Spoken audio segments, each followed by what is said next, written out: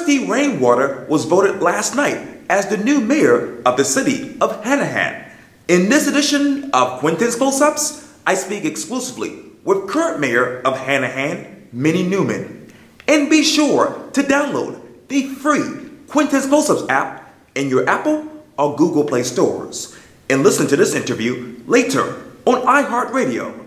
Mayor Minnie Newman, it is so good to meet you. You too, Quintin. What an honor to be here. Such a privilege to have the invitation. Thank you. Thank you. And I'm glad I invited you at this particular time because obviously there's some developing news coming from the City of Hanahan. Oh, yeah. We know Hanahan City Councilwoman Christie Rainwater is the new city mayor. I know that you supported her throughout the campaign. Yes. When you look at the votes from last night and look at Christie Rainwater and her time on council and now as mayor, what is going through your mind right now?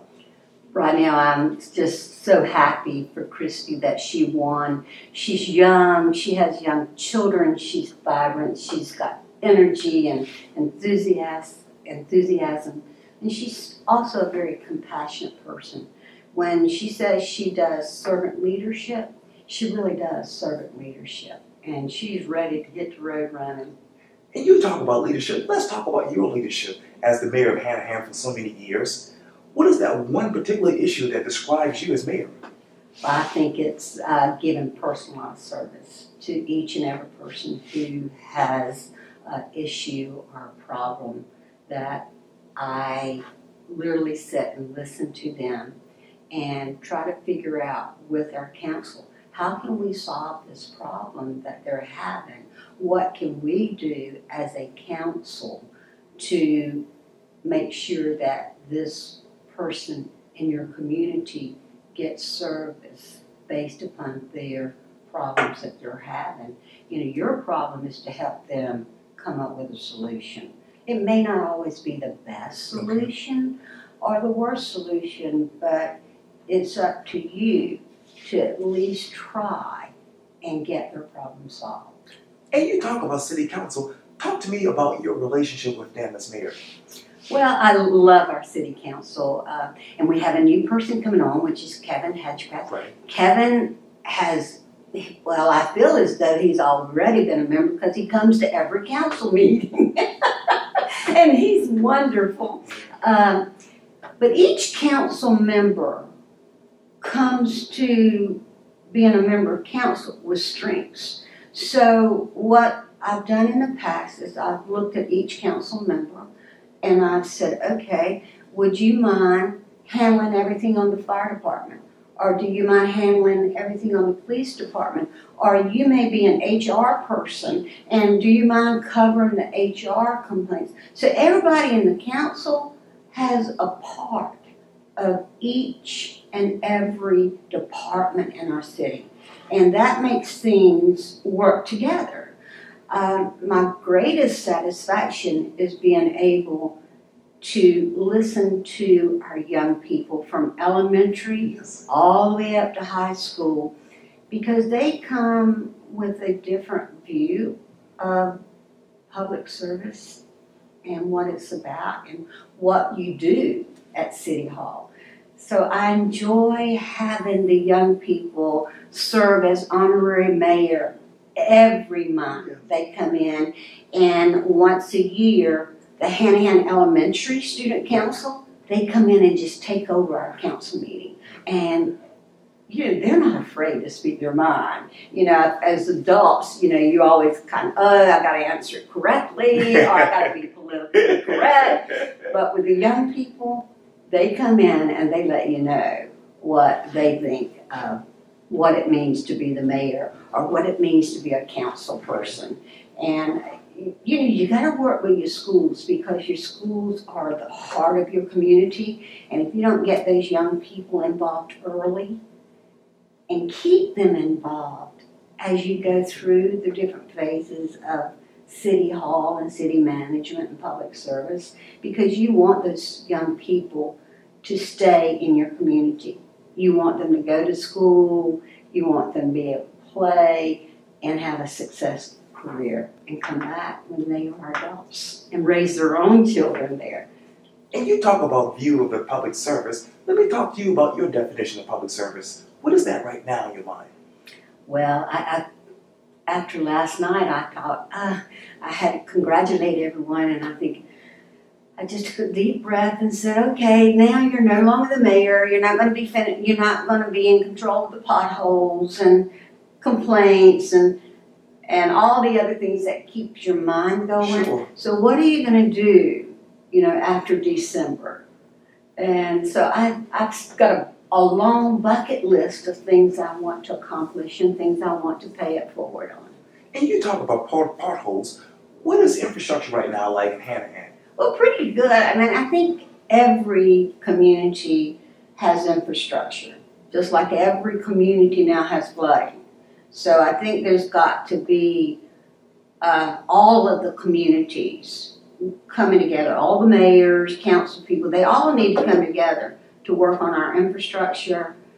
How are we going to go about doing that? Even with Carter, Cobb, everyone needs to have a seat at the table and work together to solve these problems. Because you can work to solve your problem, but most of people in Hanahan travel outside of Hanahan, to get to work. So it's one thing to drill a pothole here, but if you got it in the downtown Charleston area, then what good does it do if you don't work together to make the entire low country beautiful, and just be together as one to say, this is our community. We love the low country. This is why we stay here.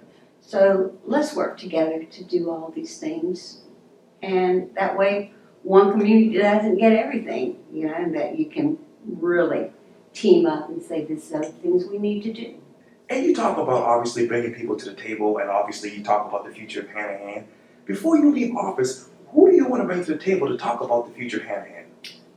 Christie, for number one, where are we going to go? And I think she needs to bring the council people as the leader into these are what we want to do. I think you need to go back and review all of the things that you have on the table now that you're working on, like our downtown project. Right. Finishing the downtown project, finishing all these projects that you've got going, and sit down and say, after we finish these projects, where do we want to go?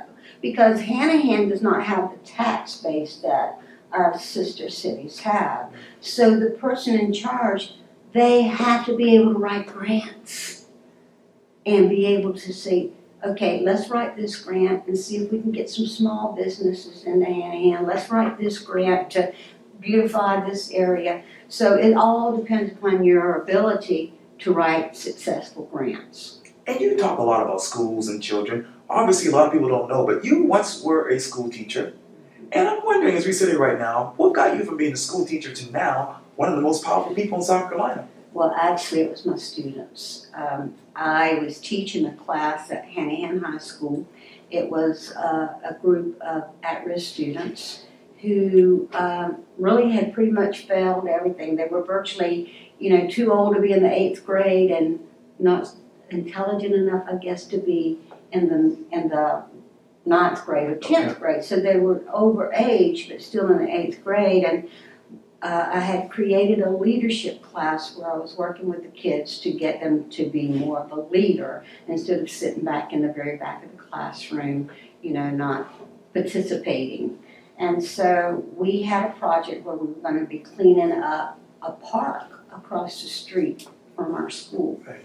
And so we did that one day, and I was saying, I came back the next day and I said, how did it feel, to be a part of the community and clean up this park and look at it now. So we had taken pictures before and after. Look at it now. You made the difference in someone's life. And so I said, if you ever have a chance to be a part of the community again, go for it. It doesn't matter where you come from, who you are, you can make a difference. And they said, well, Miss B, why don't you get more involved in the community? And they questioned me about why do we not see our teachers out in leadership roles? And at that time, there was an election coming up, and they said, why don't you run for council? And I went, I'm not running for council. I've got too many skeletons in my life.